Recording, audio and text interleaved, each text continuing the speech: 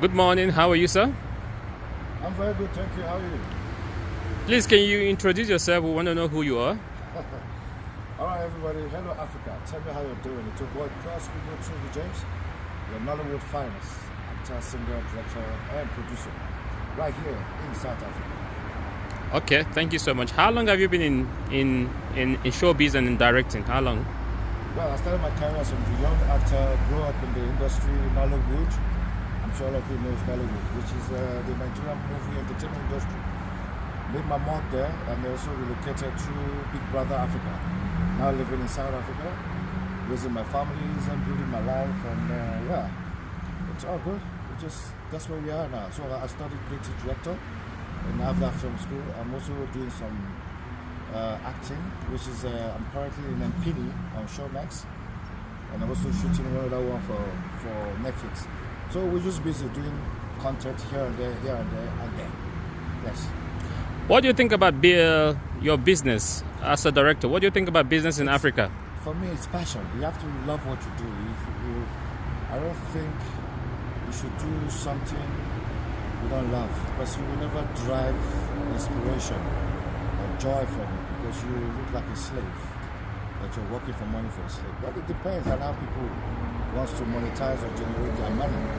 But for me, I think one should do what they love. I love directing. I love creating stories. I love doing music. I love anything that has to do with creativity.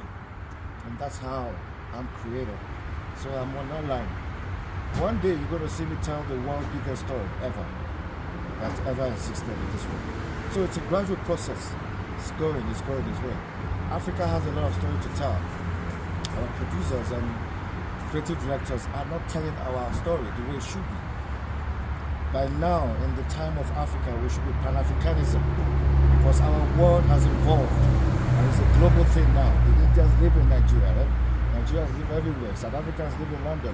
Are you telling us that we're not evolving? Why are we not telling our story? Why are we telling your own local stories? Living in South Africa, where everybody's telling the Pan-African stories. Are you telling me that foreigners don't school here, you don't marry foreigners?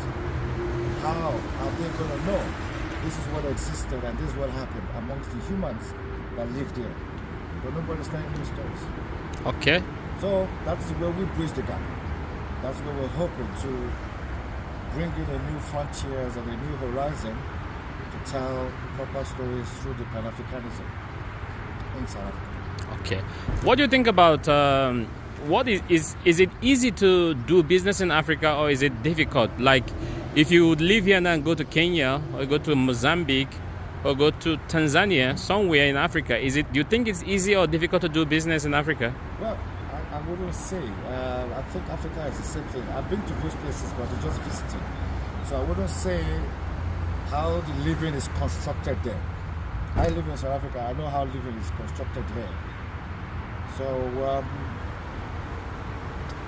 foreigners who are creative and genuine sometimes don't get the opportunity to really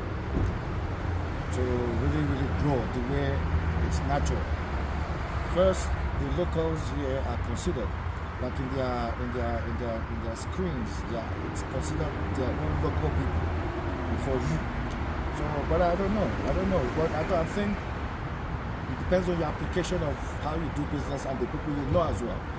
That can also help you fast forward or delay. But there's a lot of blocking. There's a certain level you come, it feels like you're being stopped or you're not going forward anymore. But that is where faith comes in now. That's where God in you need to be activated. Because if not, if you can't beat them, you have to join them. But we don't want to join anything that is not inspirational to humanity. So that's where we are at. So we keep fighting and keep trusting that the bigger doors and the bigger opportunities. It's where people like yourself and every other person who knows us in our circle can also remember that, okay, this guy has such gift, such talent, let's put him on board, let's work together and grow. That's the only way we can do. Thank you so much. Yes. In your line of business, do you require funding? Do you need funding for what you do? Of course. There was a time every year I did this. By the time I was going out every day talking to people about my vision, I need this amount of money, and I couldn't access bank because you have to have a certain kind of credibility to Access Bank, and bank is not going to give you.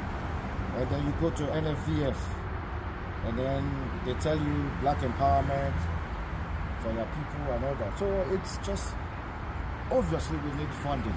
Funding is what brings the vision alive. We need funding to be able to fund those kind of movies, not the Nollywood standard, but the international standard, to be able to tell the story where it actually meaningful, bring out the stories that we want to tell. That's why we need funding. Okay. Yes, we need funding.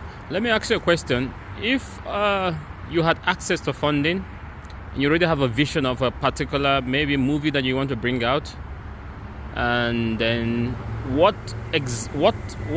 quantity, what monetary value of funding are you talking about? Are we talking about 10 million rands? Are we talking about 100 million rands? What are we looking at? We're talking about 50 million rands. Okay, thank you so much. Thank you. 50. You have to do well.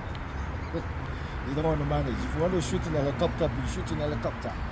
If you have to fly the helicopter, you fly it actually and shoot it.